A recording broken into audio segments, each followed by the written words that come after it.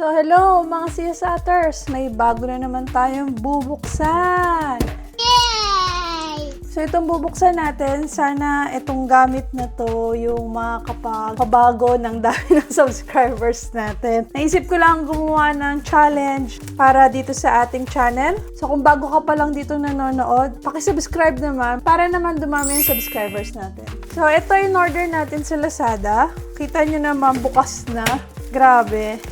Hindi natin alam kung yan ba ay sa courier o yan ba ay talagang sa seller. Pero sana naman ay hindi sira. Okay lang kahit hubad-hubad pa yan, basta wag sira. Hindi ko lang alam kung ba't may tumutunog. So may bubble wrap naman siya kahit butas yung plastic. Pero medyo madumi-dumi lang yung bubble wrap. Medyo iba yung kulay niya. Tapos may kahon. Open na rin natin tong kahon. Open din natin to. Ba't kaya may tumutunog? Oh! So, tada! Ito yung ating binili. Wow! Tanggalin muna natin lahat. So, kada isa naman ay mayroong bubble wrap. 4 yung in-order natin. Tanggalin muna natin lahat. Ay! Nalaglag ko paghagis ko ng plastic. Sarado natin. Yan. So, yun pala yung tumutunog. Akala ko naman nilagyan ng pera. So, nakikita nyo naman, meron tayong biniling alkansya na acrylic na parang Lego yung design. So, kitang-kita nyo ang mga pera nyo dyan, di ba? Ito yung kanyang hulugan ng pera. Pero, yun nga lang, ito kasi nabubuksan. Maganda sana kung hindi nabubuksan. Pero, ito na muna yung pinili natin. Kasi may paggagamitan tayo dito mga CSAters. Ang purpose ito, kaya natin to binili. Kasi gusto kong i-challenge yung ating channel. Kada isang subscriber na madadagdag, lalagyan natin yun ng piso.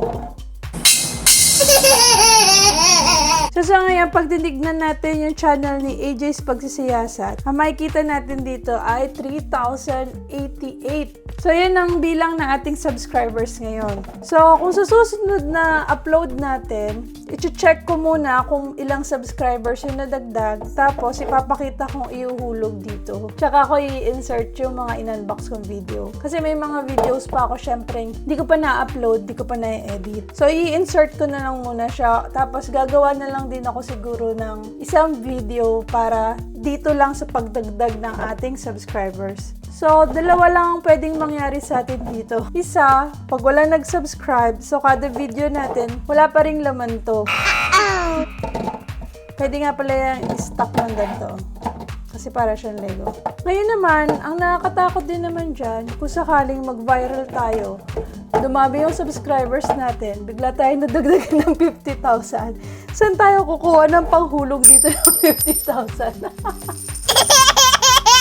So, mga imagination ko lang yan. So, tignan na lang natin kung talaga bang magkakaroon ng 50,000 na additional tayo na mga subscribers o baka papiso-piso subscribers kagaya ng flow ng subscribers natin ngayon. Pero okay lang yun.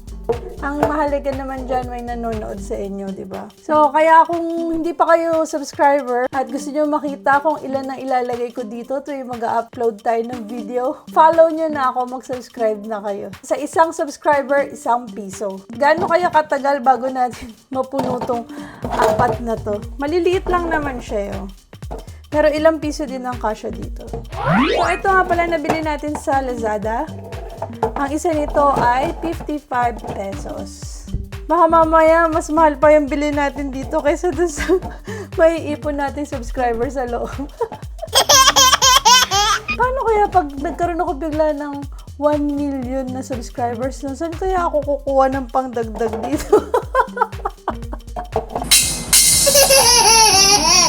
Ay, nako, kung ano-anong mga naiisip natin mga CSAters. So, i-share ko na lang yung link nito sa description box para kung gusto nyo rin bumili, hindi na kayo mahirapang maghanap at ito mismo ang inyong makuhang item. Sana subaybayan nyo tong ating piso serya challenge natin. So, yun lang. Thank you. Bye-bye! Bye.